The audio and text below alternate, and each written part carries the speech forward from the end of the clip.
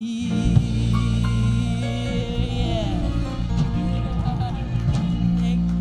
Thank you. I think she's feeling the love. Oh, your soul is welcome here.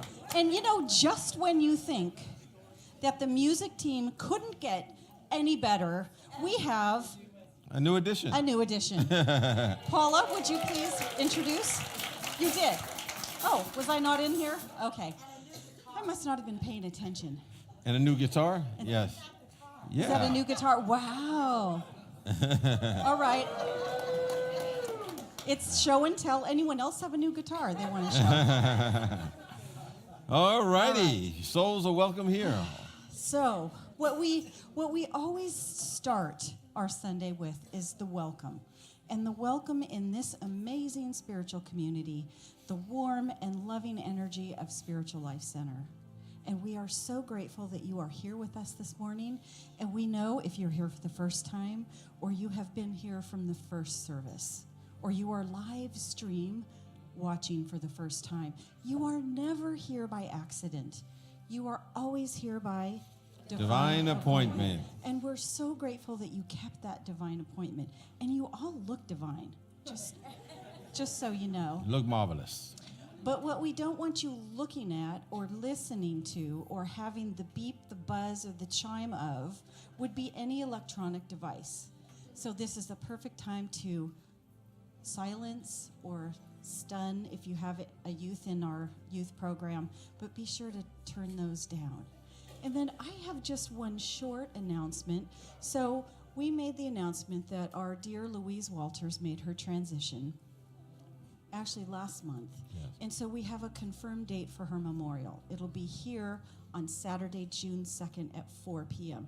And Reverend Michael Moran will be here to officiate that celebration of life for a beautiful soul. Another Wheezy. Yes. Yeah, so don't miss that.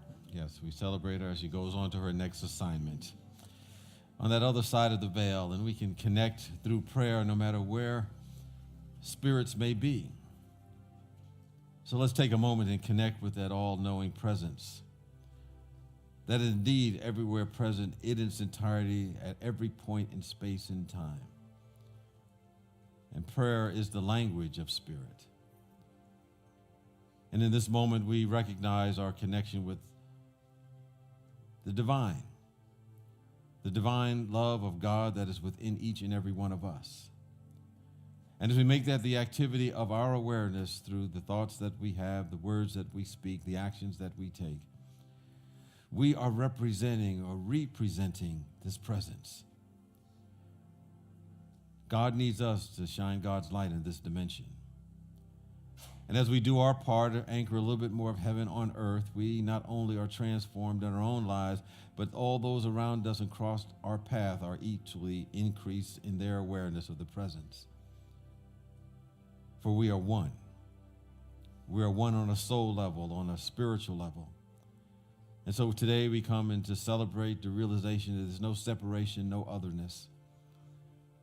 And as we go forth amplifying the all good in our world, we begin to see a world that we can see when we are at our highest and our best. We're grateful and thankful to be in this position as we're here to be the vessels and the vehicles of this presence we call God. And so it is, and so we let it be. Amen. And it's the first Sunday in May, and what does that mean? If it's any your birthday any May in birthdays, it please stands, and we can give you your special birthday. Happy birthday to ya. Happy birthday to ya. Happy birthday. Happy birthday. Happy birthday. Happy birthday. Happy birthday to ya.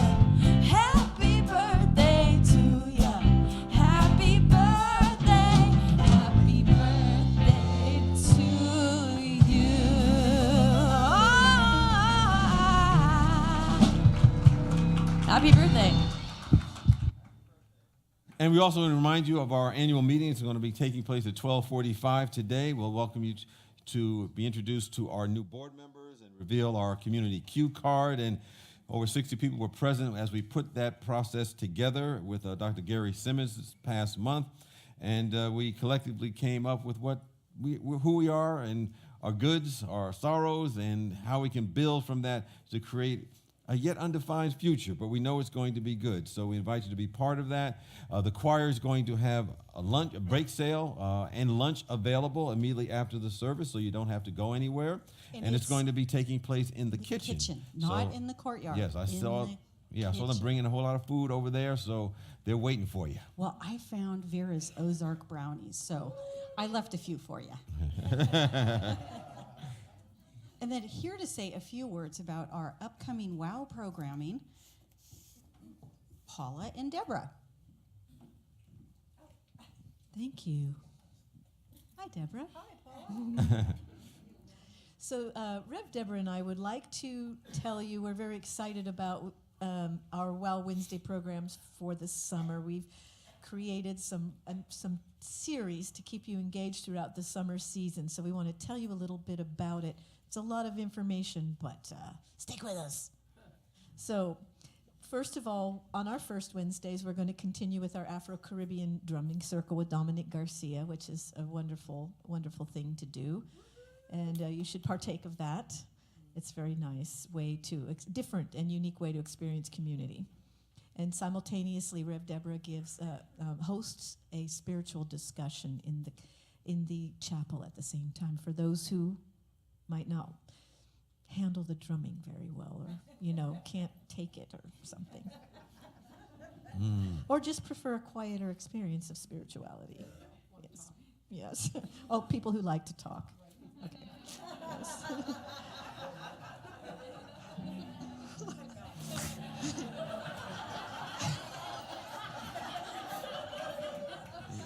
In the drumming circle, it's the drums that talk. So. And then on our second Wednesdays, beginning this Wednesday, May 9th, and continuing through August 8th, my sister, Catherine Mandela, is going to present a 4-part series on the subject of ecomusicology. She did one presentation earlier this year, or last year, and it got a really great response, and people wanted more. So now she's going to break it out and expand and unpack it, as they say. So some of the topics will be, where is it? Thank you. Song of the Wild, The Vibrating Earth, and Imitating Nature. And on this Wednesday, interesting, that was a plant talking. This Wednesday, the subject is going to be the secret life of plants, and that's going to be awesome. You can read more about all of these evenings in your inserts or on the website, but I happen to know that she has this very cool little device with electrodes on it, and we were at my house the other day hooking it up to my plants and hearing what they say, what they sing. It's awesome. So we're going to be doing some of that on Wednesday night. I'm going to bring my plant. My jade plant was the most talkative one of all. They're very hardy plants. Yes. And then on third Wednesdays, wait, it's your turn. I was just up here for decoration.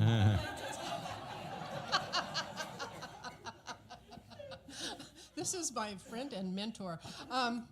There's more, and I suggest you start taking notes because Reverend James is going to do a pop quiz afterwards. Not really, but on the third Wednesday, starting on June 20th and going through August 15th, I'm going to be doing a 3-part series called Beyond Magical Thinking. And this is for new and seasoned people, travelers. We're going to dismantle some of the most common misconceptions about New Thought and then sort of put them back together in the way that I like. And so join me for denial and affirmation, for illusion versus reality, and the law of attraction, really? And then on fourth Wednesdays, in May, June, and August, we are going to continue our Talk the Walk series. And so we look forward to hearing about the personal spiritual journeys of Reverend James. His title is Redemption, the rest of the story, because he was with us earlier this year. Paula Mandela is going to do Head, Heart, and Hands, and Daniel McCrimmons is going to be talking about the vibrant boy in me. And so that's going to be really, really kind of interesting. We have 3 standalones. July 25th is Celia Coughlin-Surridge is going to offer The Big Snooze, Badass Revisited.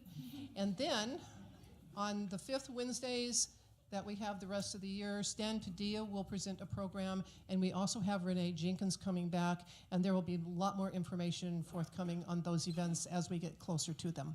Thank you.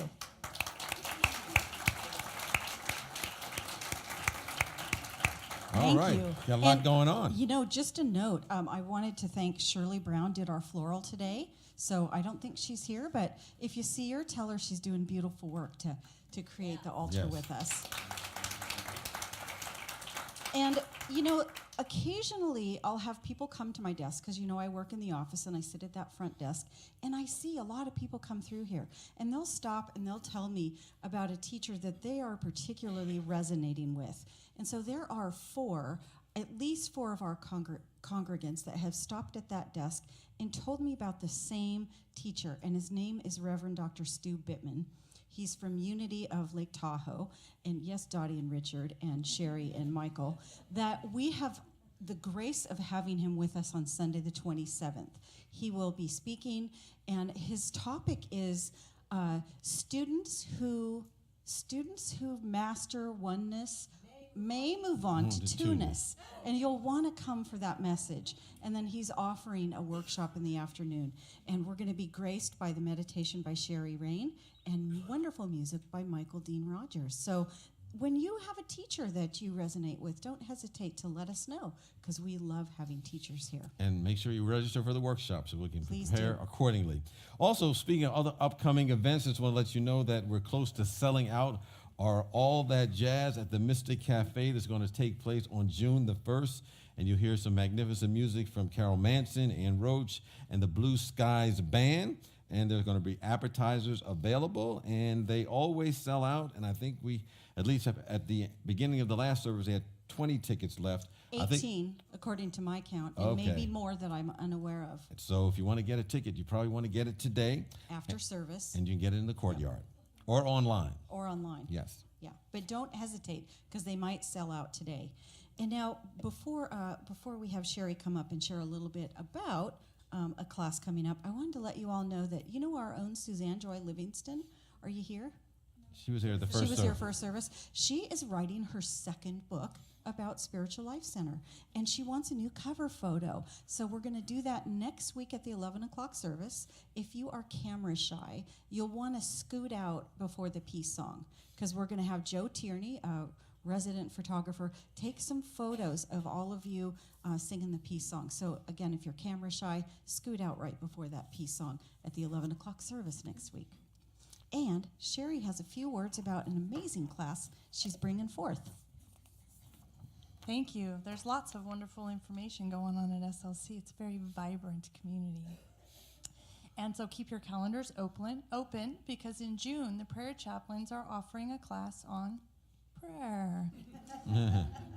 So if you would like to explore how prayer can fit into your life or deepen your own prayer practice, we'll explore different ways to connect with God through prayer and to bring healing energy into our lives and to the world.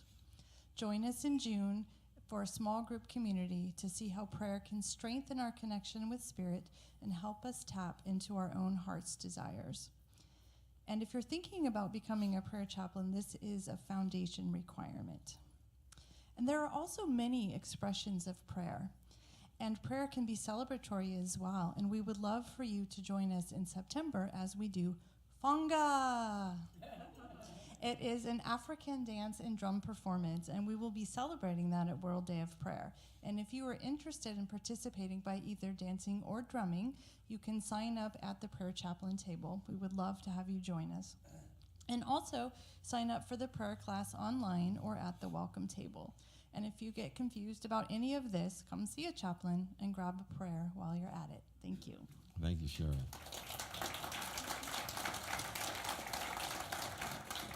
And speaking of our amazing prayer chaplains, right now I'd like to introduce you to a few of them, along with our ambassadors. If we could have you all stand. So our ambassadors, they wear that rainbow ribbon on their name tag, and that is the sign that they are a warm welcome and can point you in directions if you have questions.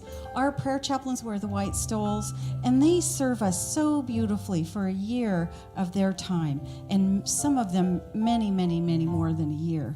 And they are here to hold us in confidential prayer, whether we have a prayer of celebration or challenge. So be sure to see them at the back of the sanctuary this morning after service or in the courtyard. Thank you, chaplains. Thank you. And if you're here for the very first time, in just a few moments, we're going to ask you to raise your hand so we can give you something special. And let you know about the opportunities that you can get connected here at Spiritual Life Center. And we'll give you a welcome card. And if you choose to fill that out, we can give you some more information about what's going on here. And you can drop that welcome card in the offertory basket at the end of the service or in the courtyard as well. And we'll give you a very warm welcome is there as well. So now's the time. Are you here for the first time? Any first timers here? Raise Just your hand. Just Keep raise them your hand up. up. All And right. we're also going to give you a shell lay. And on that shell lay is a saying that we just love. We believe we are spiritual beings having a human experience and that there are many paths to the one God. So we're so grateful you joined us on your path today. And now's the perfect time to stand and greet our newcomers and each other. And each other. Just say you look marvelous.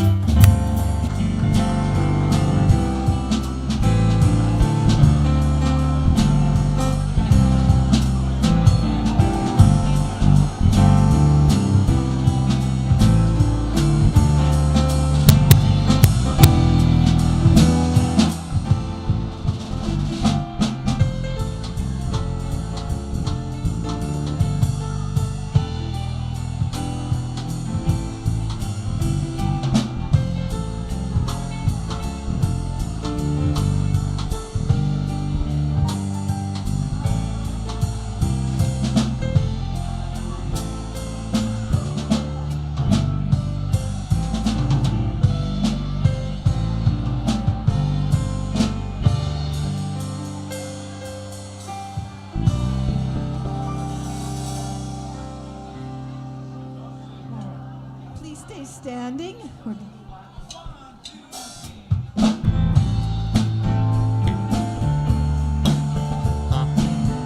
How can I serve to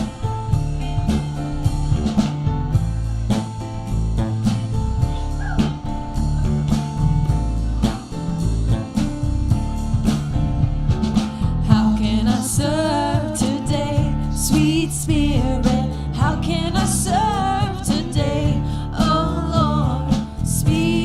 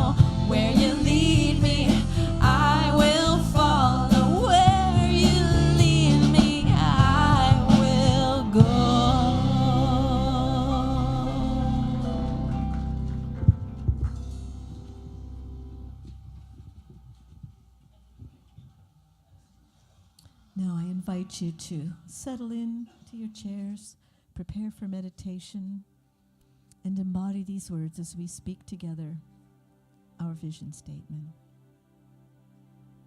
Spiritual Life Center is a loving, vibrant family that welcomes home all people and accepts everyone, no exceptions. Weaving ancient spiritual traditions with emerging wisdom, we cultivate a spiritual deepening with the divine, each other, and our planet. Pour yourself in me.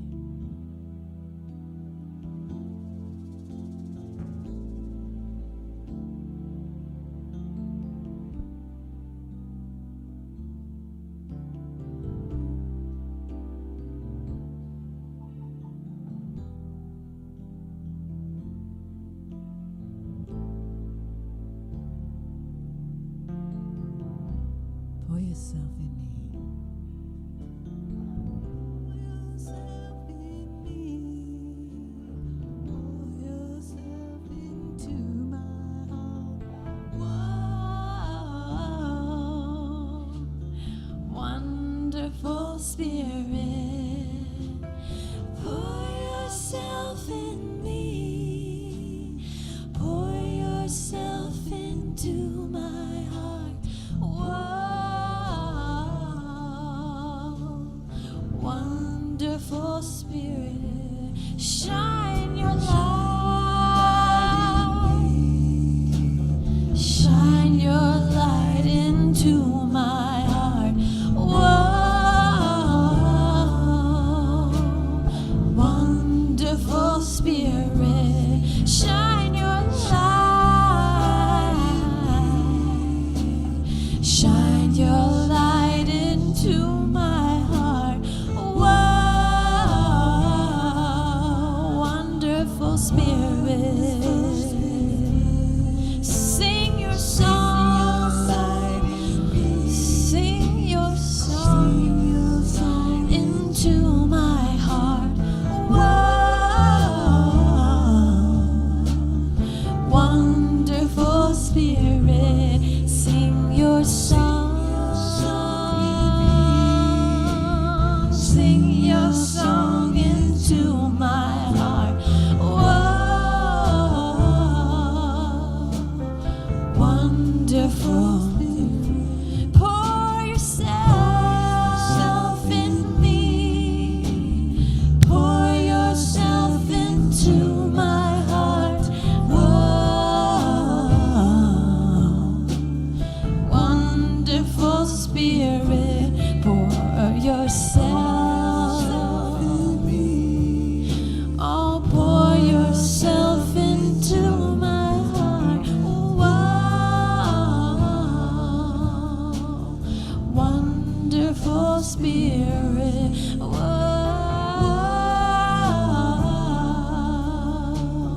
wonderful Spirit. Whoa, wonderful Spirit.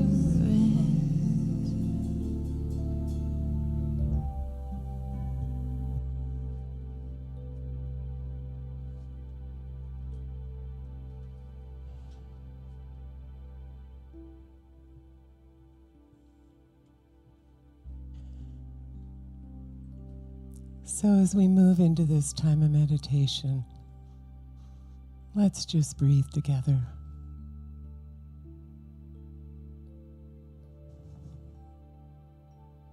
I've heard it said that music is the language of the soul.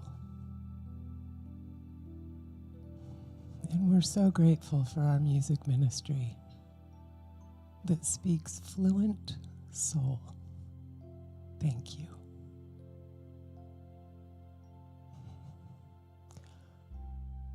Wonderful Spirit, pour yourself in me. Pour yourself into my heart. Just breathe that in.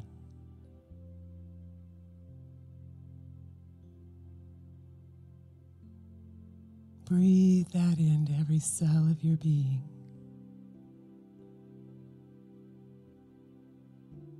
With each breath, relaxing. Your mind relaxing. Your body relaxing. With each breath, softening. Softening into the love that you are.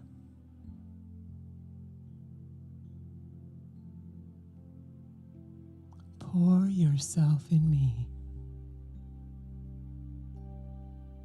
In every moment, your Creator, your God, is pouring into you. In this very moment, notice. Notice what's already here, what's already happening.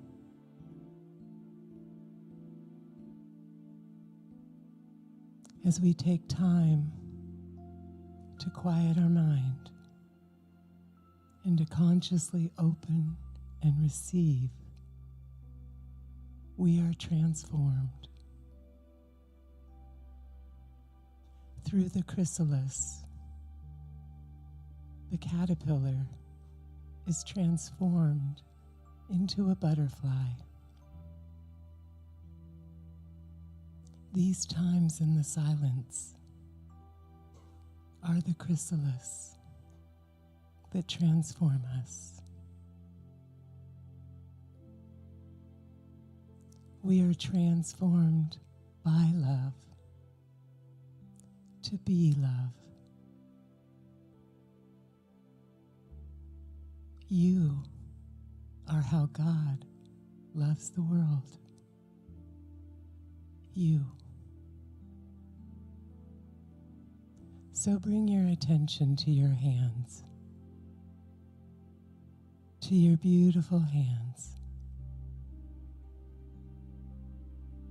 These are God's hands, on loan to you and I.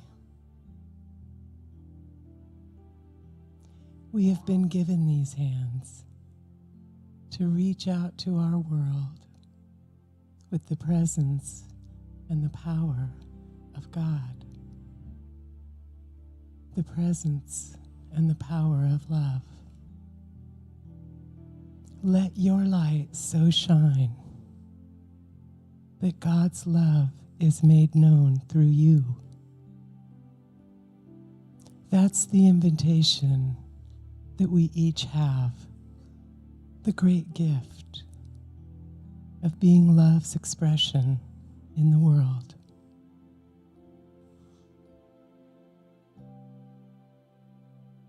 Pour yourself in me. Pour yourself through me, God. Through my hands, through my heart, through my entire being, unimpeded. Let me be your love in the world. And I can know what is mine to love by looking at what you've placed right before me in my life. Yes, all of it. All of it. As I relax into love and allow love to move through me freely, my world is transformed. Miracles abound. Trust that love that guides you, to move you,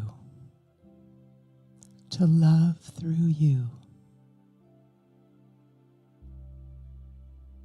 As we take a moment in the silence Wonderful Spirit, pour your love in me.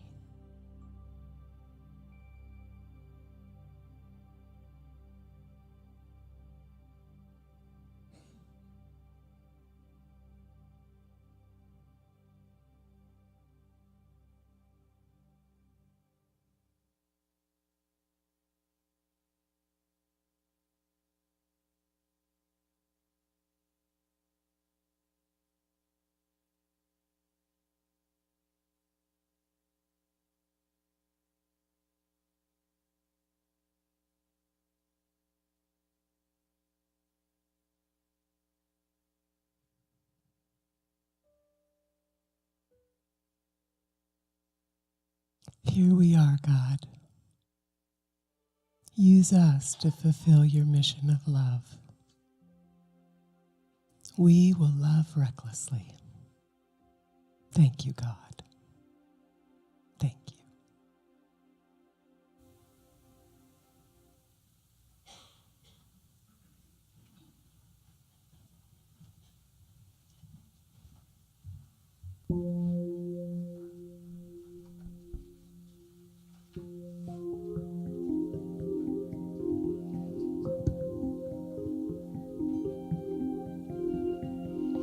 If I could tell the world just one thing, it would be that we're all okay.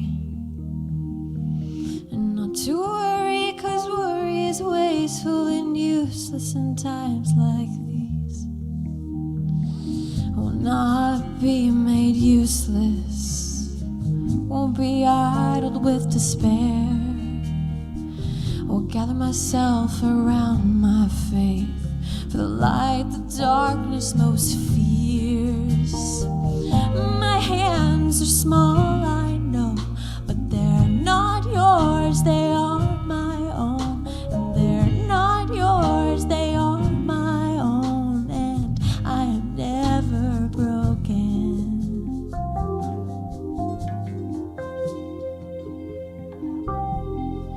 Poverty stole your golden shoes, but it didn't steal your laughter. And heartache came to visit me, but I knew it wasn't ever after. We will fight, not out of spite, for someone must stand up and do what's right. 'Cause where there's a man who has no voice, there our shall go singing. My hands are small, I know, but they're not yours, they are my own. And they're not yours, they are my own. And I am never broken. In the end, only kindness matters. In the end, only kindness matters. And I will get down on my knees, and I will pray. And I will get down on my knees, and I will pray. And I will get down on my knees, and I will pray. My hands are small, I know, but they're not yours, they are my own. And they're not yours, they are my own. And I am never broken. My hands are small, I know, but they're not yours, they are my own. And they're not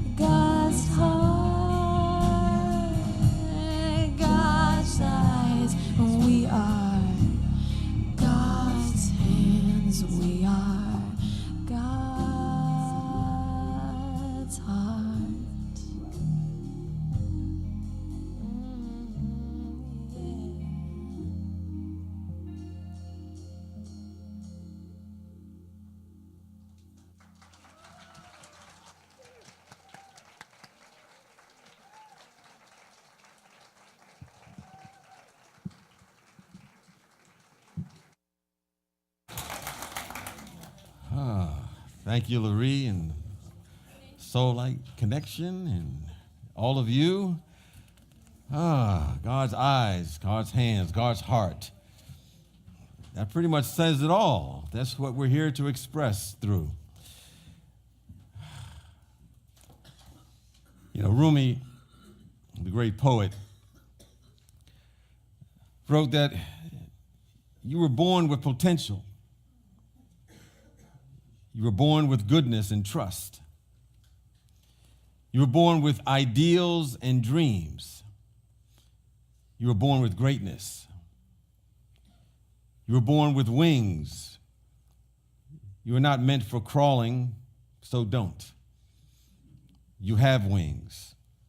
Learn to use them and to fly. You know, as I read that, I was thinking about, you know, as Laurie was singing, I was thinking about, a grandmother, a matriarch on my wife's side of the family. And she said that in her life that she's going to use every single day because she was going to wear out. She wasn't going to rust out. She's going to wear out. She wasn't going to rust. She lived to be nearly 100 and would still get up every morning at 5 o'clock in the morning and fix breakfast for all the family. And she'd be fixing them biscuits that you could smell. And, you know, she was something else. And I think she and Rumi are reminding us that we're born to use those wings. We use those wings to activate the potential that is within us. And it doesn't matter what we do, whether it's small or large, because in the mind of God, if it's a divine idea, if it's something that's bigger than ourselves, it's important. You know, every once in a while I catch, try to keep up with what's happening in the pop culture, and, you know, I'm trying to be hip, you know. Got to see what's going on in the world. You know, things are going kind of, weird stuff is going on there. Anyway, there was a controversy that arose about a musician, a rapper, who remained anonymous in order to protect the guilty. And he was being interviewed. And he came up with this statement, and I don't know whether it's just to be outrageous or not, you know, to try to sell records, but he said, you know, slavery was a choice. Now, he also said prior to that time in another interview that he's a proud non-reader of books. So I can understand how he may have come up with that kind of conclusion, you know. That's what happens if you don't read and don't try to understand what's going on in history. But it triggered something in me about someone who really activated their potential. And there's a woman called Moses. She was named Harriet Tubman, and she escaped slavery in the 1820s. And before the start of the Civil War, she risked her life and her freedom to become a leading abolitionist. And she went back to the South to rescue family members and others individuals who were in bondage. And of course, she was known as the great conductor of the Underground Railroad, and she had an elaborate secret network that had safe houses, and she organized around the purpose of helping others gain their freedom. She did no small thing, and she did not miss her mission in her life during that time. But I think more importantly, we don't want to miss our mission. And so we're talking about don't miss your mission. And reminding ourselves that every day that in our own unique way, we have our own unique missions to provide in our life. And we know that a mission may be grand for us, it's big for us, and it's really ours when we realize it's bigger than what we can accomplish without the power and the presence and the love of God. It's something that would not be accomplished necessarily in a single lifetime. I was running across a story about a 4-year-old, and he labeled himself President Austin. That was his name. And he was watching a documentary about panda bears. And somewhere during the course of the documentary, they demonstrated that the mama panda had left the baby panda, had abandoned it. And somehow they got in a conversation and with his parents and asked what happened. He said, well, now the baby panda is homeless. And he asked, well, what does homeless mean? And the parents explained that, they no longer had a mother or a father or anyone else that they can turn to, and they were pretty much out there on their own. And he asked, well, are there people that are homeless? And they said, yes, there are. They don't have homes either. And so in that moment, he made the decision that his mission in his life was to make sure that the homeless people in his neighborhood in Birmingham, Alabama, were fed. So he told his parents, instead of giving me my allowance, instead of buying me toys, take the money and we're going to put together chicken sandwiches, and I'm going to go out and give away chicken sandwiches to everybody in my community. And someone asked him in an interview, well, why are you doing this? And he answered, a very wise young 4-year-old, who they described as faster than a speeding stroller, more adorable than a wet kitten. And he had his cape, and he came up with his own superhero outfit. And they asked, well, why do you do this? And he said, it's the right thing to do. It was the right thing to do. He was on his own mission from God. It was a mission that maybe been bigger than himself.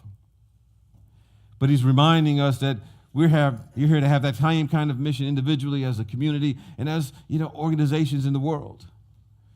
So we don't hold back the energy of the possibilities, waiting for all the lights to be green, waiting for us to go forward before we know how to do it. And as that matriarch figure in my wife's family said, that we're here to live every single day completely and leaving nothing at all on the playing field. And if you and I somehow wrap ourselves around a dynamic theme for our life, it's about downloading the kingdom of the living God on earth, and that's in accord with our unique pattern, our unique way of being. We'll discover a couple of things when we take that on. We all have challenges and problems along the way in our life, but if we take on something bigger than ourselves, it'll help us rise above those seeming negative challenges and patterns that happen to seem to block us. There was a very well-known psychiatrist who at one time was asked by some of his friends, if you were going through a big problem, if you were feeling depressed and down and out of sorts in life, what would you do? And most people thought that because he was in that field of psychiatry and psychology, that he would say, well, I would find the very best psychiatrist or psychologist I could find. And I would have them try to help me through that. That would have seemed to be the logical thing to do. But this is what he said. He said, I would find someone or something, some organization that was a little worse off than I was. And I would go and help them become better.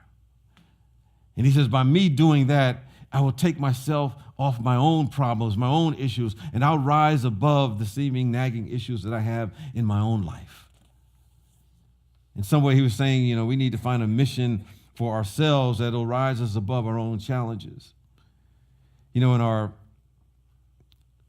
spiritual abundance class, sometimes we were talking about some of the blind spots that block us from really expressing the fullness of who we are here to be.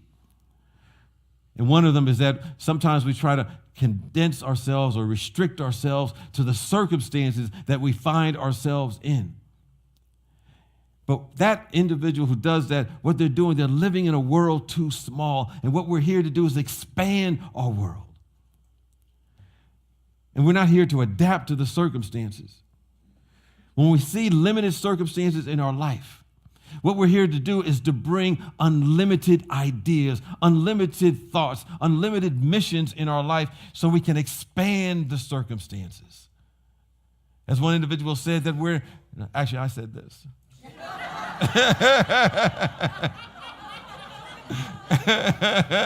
Quoting myself now.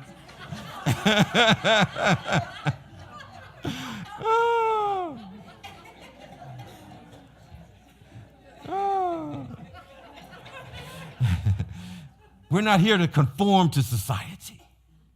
Not at all. We're here to expand the society through the deliverance of our good and not limit ourselves to how it's been set up for us. So we're here to expand our perception. And we'll begin to dissolve the seeming nagging problems that we face in our own life. And they'll go back to that nothingness in which they came from, never to exist again. You know, when we have a mission that's bigger than ourselves, we're not hindered by the seeming limitations or the impossibility of what it seems like before us. You know, I was sitting next to a woman years ago in a conference, and she was going to get recognition for her foundation that she had set up. And she was telling me her story. And she had been abused in a relationship and was subject to domestic violence and, you know, really down in her life. And she didn't know whether or not she wanted to live anymore. And it just so happened that someone came along to help her along the way, to navigate that challenging experience that she was going through, and, you know, gave her shelter and hope. And she came through the other side. And she had made a decision that she was going to help other women that were going through the same kind of experience, you know, and she had a vision of getting, you know, acres of land and getting some wonderful property. And she was going to serve as an oasis in the desert of their life where they can, you know, take classes to upgrade their skills, and they can have spas available every day in their life. And she didn't have any idea how this was going to happen.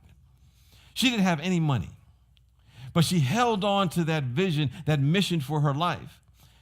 And she said that one day she was working as a waitress in a restaurant in her community, and it was in Tennessee.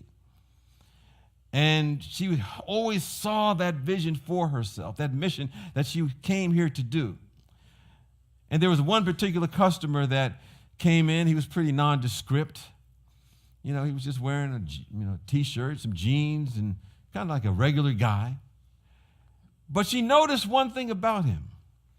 He was wearing some real expensive shoes. And this struck up her curiosity, and she started talking to him. Something intuitively told her just to go up and talk to the guy. Just, you know, share her vision, share her mission, share her dreams. And he listened and politely. And after she shared her story, he said to her, you know, I'm the head of my family's foundation. And we got a bunch of money, and we can't figure out what to do with it. And we'd like to give you $100,000 to get started with your particular project. And that got her started on her way. And today she does have that oasis in the desert for those individuals who have gone through the same kinds of experiences that she did. Sometimes we don't necessarily need to know how we're going to do something. All we need to know sometimes is the next step. The next step. You know, in our abundance class, you know, one of the things we want to do is to tap into the unlimited abundance around us, and that comes to us in ideas. And one of our exercises is to, every single day, before you start your day, write down 10 ideas, no matter how outrageous they may be, to stretch and to develop the idea muscle. Because that's where all good things come from. They come from ideas. All abundance, all riches come from ideas. If we practice that, we'll begin to get those ideas. And once you may do 1,000 ideas, and only one of them will be really good after a year or so of doing this. But that's all you need is one. And you may not know what to do as far as the big plan, but my teacher said what you need to do is just write the idea on one side of the page, and the other side of the page, just write the next step. And when you take the next step, something will come along to support you along the way. You know, Harriet Tubman didn't know, you know, what awaited her when she took on this mission in her life. She didn't foresee how every step was going to work out for her. But spiritual law reminds us that, you know, when we take a God idea that seems more than what we can handle, the universe will support us in ways that maybe we never imagined. And she gives one example in which she was being pursued by, you know, the authorities. Today we would say that there was an all points bulletin out for her, And according to her story, that she had gotten onto a train and they were pursuing her, looking for her, and she could see that they were looking for her. And there was no way for her to escape, because she couldn't just jump off the train. And it was common knowledge that Harriet Tubman, could not read. She couldn't read, so they were looking for somebody that probably couldn't read. And according to the story, she noticed that there was a newspaper sitting right next to her, in the chair next to her. And in order to kind of throw off their scent, cast suspicions aside, she picked up the paper and pretended she was reading it. And while she was saying this, she was praying to herself. She said, God, please let this newspaper be right side up. Please let it be right side up. But I think because she was on a grand mission in her life, it didn't matter whether it was right side up or upside down or sideways. They would have seen it as being right side up, and of course they walked right on by, and they couldn't find her at all. I think one time when we catch our mission, that what we want to realize is that we just set the direction, and God makes the correction. God provides the support along the way. In the Hebrew Bible, it says that, Spirit makes the crooked places straight. And the glory of God will reveal and suggest what we need to do as we go through whatever challenge we're experiencing. We simply make the effort. I think one of our things that we want to do is, as we begin to move in the direction of our mission, is be clear on our identity of who we really are. Sometimes we get misdirected as to who we are, and we begin to follow somebody else's description of us.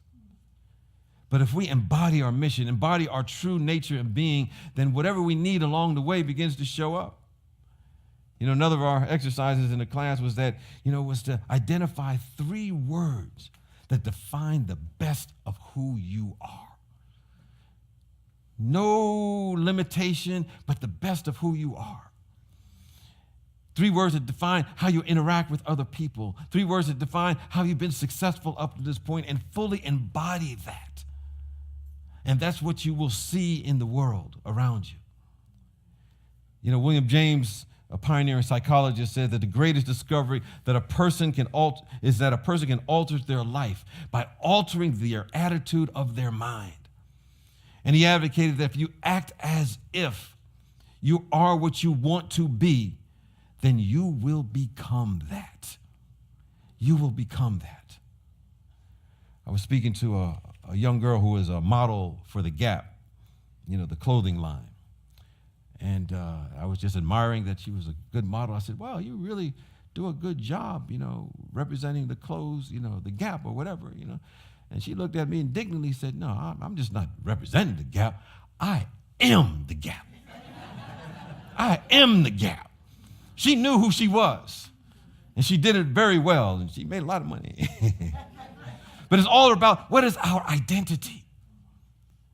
And when we have the right identity of ourselves, we will see our mission begin to express itself in ways we never imagined. But there's another quality we want to have in order to embody that mission that Spirit has in store for us. We have to be flexible. We have to be in the present moment. Be as a child, available and receptive. Most children are always receptive.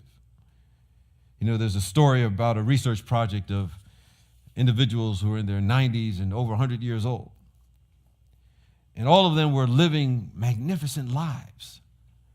Beautiful, vital, giving. And the research wanted to know what was in common with all of those people. And one of the questions that they asked in their research to all the folks there, did you have a happy childhood? And there was one 98-year-old young man, and he was vigorous, and he was traveling everywhere, and, still jogging every day. And he wrote in his answer to that question, did I have a happy childhood? He said, so far, so good. So far, so good.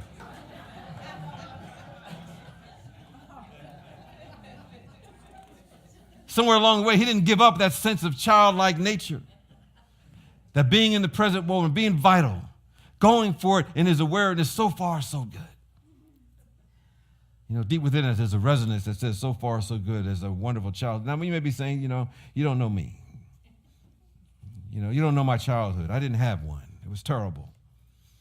It's a litany of negative things. But, you know, as I was sharing in the earlier service, when I was going through my own transformation, trying to overcome my sense of abandonment by my mother when I was very young, you know, the person I was working with said, you know, just look back in your life and just find a few good things that happened along the way there.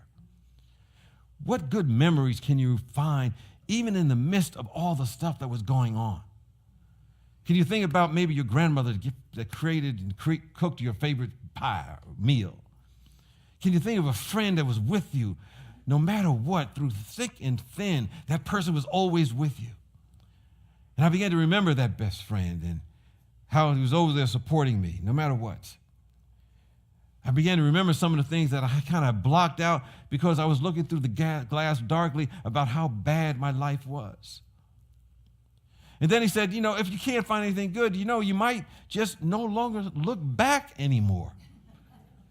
Don't look back. I mean, after you process it all, you don't have to keep going back, regurgitating, living it, reliving it.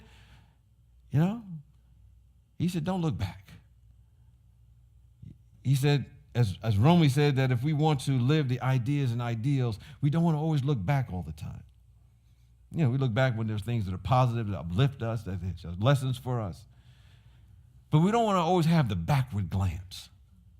Because this vision that is within us, the mission that is within us, is always in front of us, pulling us toward it. It was easy to get stuck on how things used to be.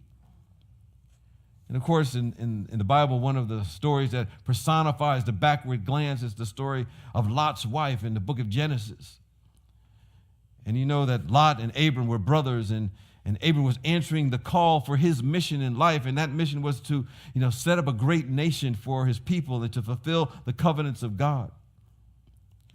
And they were in the city, and the city was about to be destroyed, and so Lot had to take his family out of the city. But Lot's wife, who represents something within us, which is the subjective part of our life, turned around and looked back. And it says in that story that when she looked back, she turned into a pillar of salt. And salt represents a preservative, preserving a memory of how things used to be, longing for the old days. And she was paralyzed, and she turned into a pillar of salt because she looked back. And I remember one time that, you know, when I was first learning how to drive, I looked back and I turned into a telephone pole.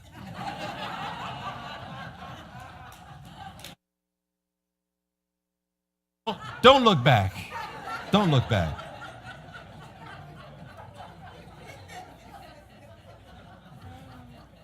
We don't want to look back with a backward glance. We'll thwart the mission from being expressed through us. You know, we have the capability of looking outside of our circumstances and boldly look at new possibilities in our life.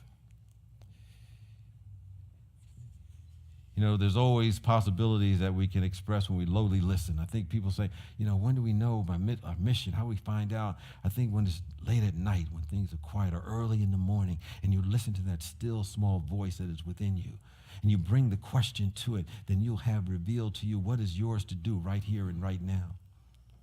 Sometimes it's just in the moment, whatever the circumstances might be. You may know about the story of the young man in Tennessee. His name was James Shaw, 29 years old, and he saved a lot of people who were victims of a shooting in a Waffle House there. It was a big story. And he was sharing that evening he had gone to a previous Waffle House, but it was so crowded, he decided to go with his friends to the next Waffle House nearby. And to make a long story short, you know, like there's a number of people had gotten shot and killed, and he was in a position where he could either run or stay where he was. And there was one moment where there was some hesitation by the person with the gun because he had to reload, and some voice within him said, "Do it now. Do it now." And he kind of leaped over there, grabbed the gun, wrestled it from him, and was able to really save a lot of lives because he listened to something within him. But it was something bigger than him that was about to be expressed because he responded to something bigger within him. There was a larger context that he was supposed to be involved in, a bigger mission than just that particular instant. And he said that after that incident, for 4 days, he cried 4 days in a row, just from the pain that he was feeling for all the people who had died around him. And in a moment, he had his own idea of what his mission should be in that instant. So he decided that he was going to start a GoFundMe page. And he was going to have to use the money for himself, but for all of the family members who had lost people in that event. And people poured in money for all around, and he ended up getting $200,000 to help people pay for people's funerals and help them get through grief and things of that nature. That was his mission in that instant. And there was a byproduct of benefit for himself. Somebody opened a GoFundMe page for him. And they poured a whole bunch of money into his GoFundMe page. He got a couple $100,000. So, and he is a very humble guy. He doesn't even see himself as a hero, as an ordinary guy. He said, and what I want people to get from me is that there was a fire burning within me in that moment that helped me do what I did, and that everyone has that in them, no matter what they may be facing. No matter what they may be going through, no matter what they may be growing through, there's something within them that's waiting to be expressed. We have our mission to fulfill. I think we're here to realize our oneness. There's so much going on in our world. The teaching that we are part of at Spiritual Life Center, is a maturing teaching. I think it's an antidote to the ills of today. It's taken a couple of centuries to begin to stretch its legs, so to speak. In the beginning, it was about healing. It was about our relationships, about getting what we want, and that's still going to be necessary. For everything, there is a season. But I think we're part of a maturation process. And as we examine the challenges that we see today, the sense of separation between people, the polluted thought that's leading to the polluted world that we experience, there's so many challenges. And the challenges are really asking us to expand our world. The challenge is saying you need to be on a mission to expand your good to make a difference.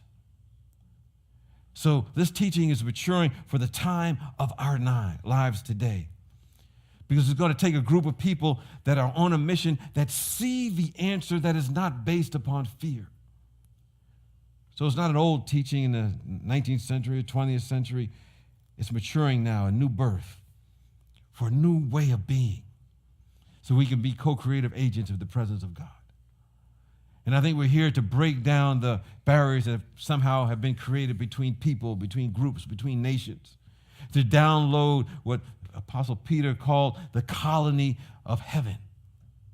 We begin to look at each other and all people across the planet, no matter where they come from, and no matter what their affiliation, no matter what their persuasion, that we'll begin to see beauty in all of that.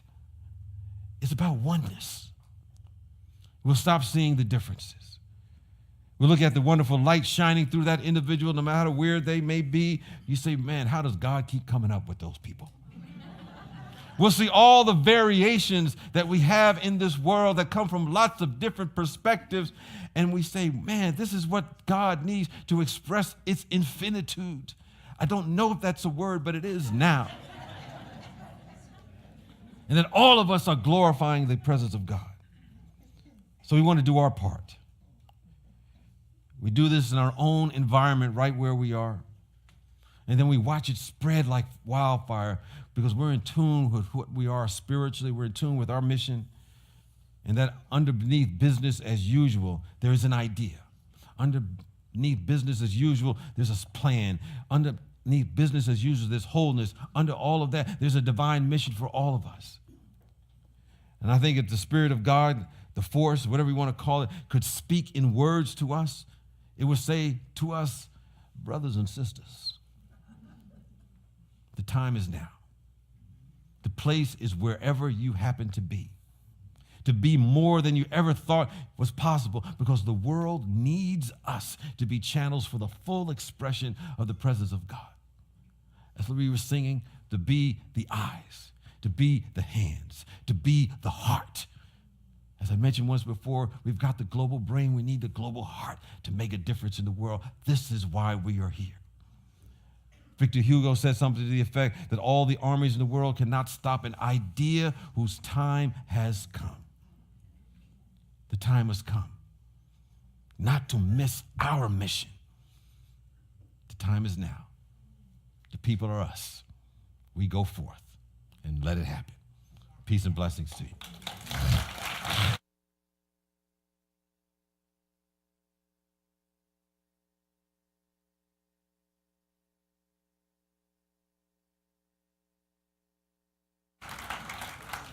And next week, we're going to talk about conversations with the divine.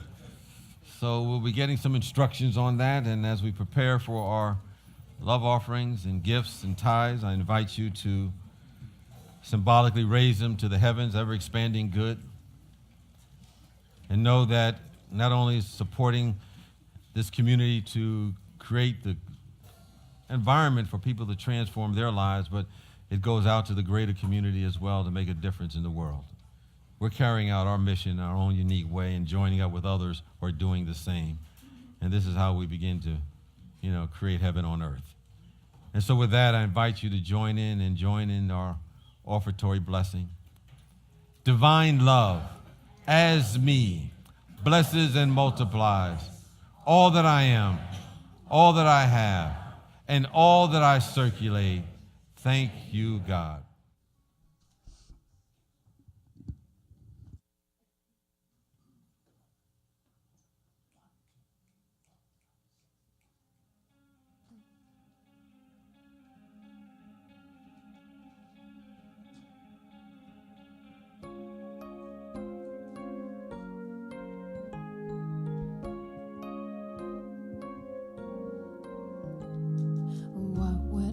Do if I knew that I could not fail? If I believed with the wind fill up my sail, how far would I go? What could I achieve? Trusting the hero in me. If I were brave, I'd walk the razor's edge where true believers dare to tread. I never lose faith, even when I'm losing my way. What step would I take today if I were brave?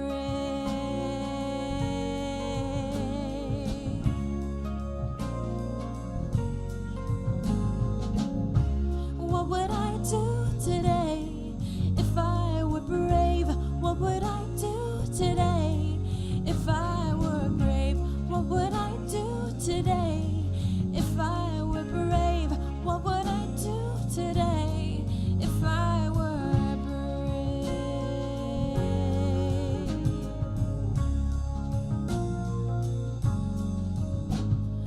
What if we're all meant to do what we secretly dream?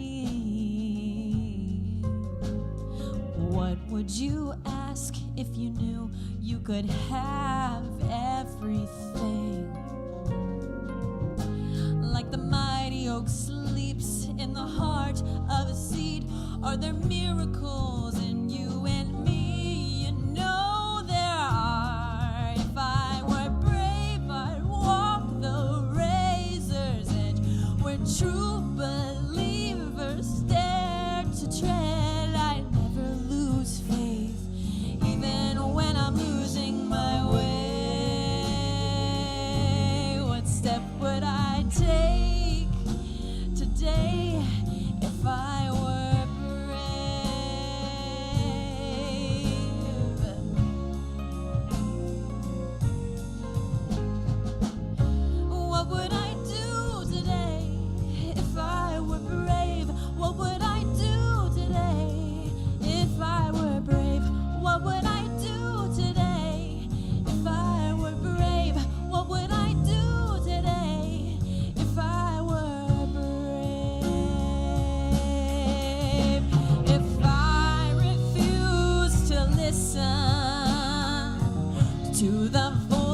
of fear with a voice of courage whisper in my ear.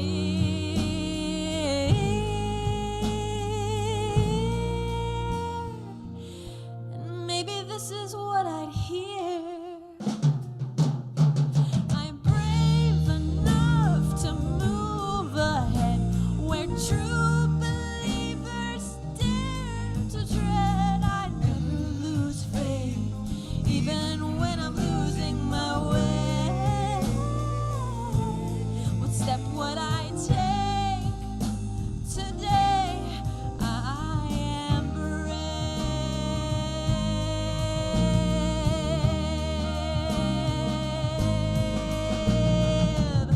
What would I do today? I am brave. What would I do today? I am brave. What would I do today? I am brave. What would I do today? I am brave. What would I do today? Yeah, I am brave. What would I do today? I am brave. What would I do today?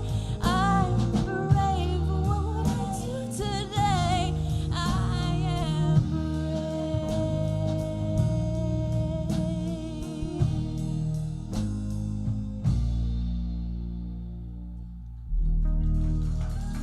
Thank you.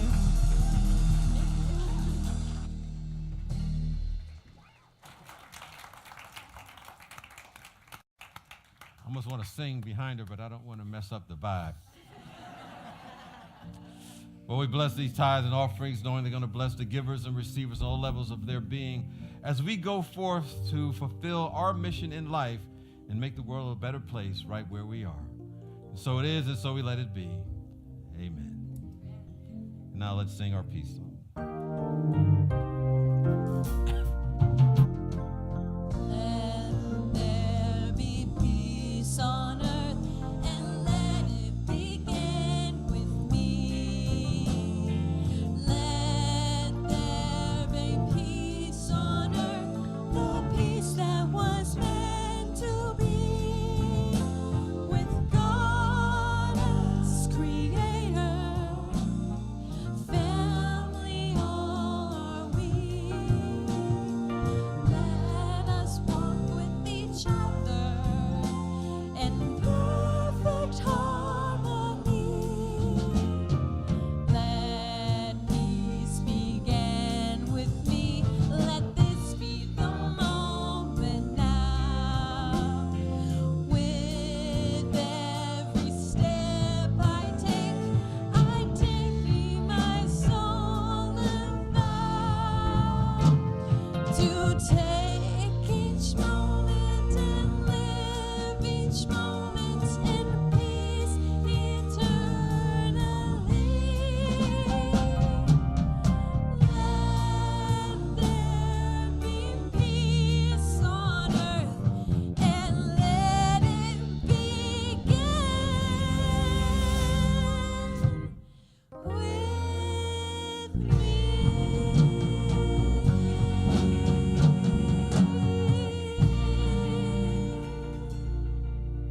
And now our prayer for protection.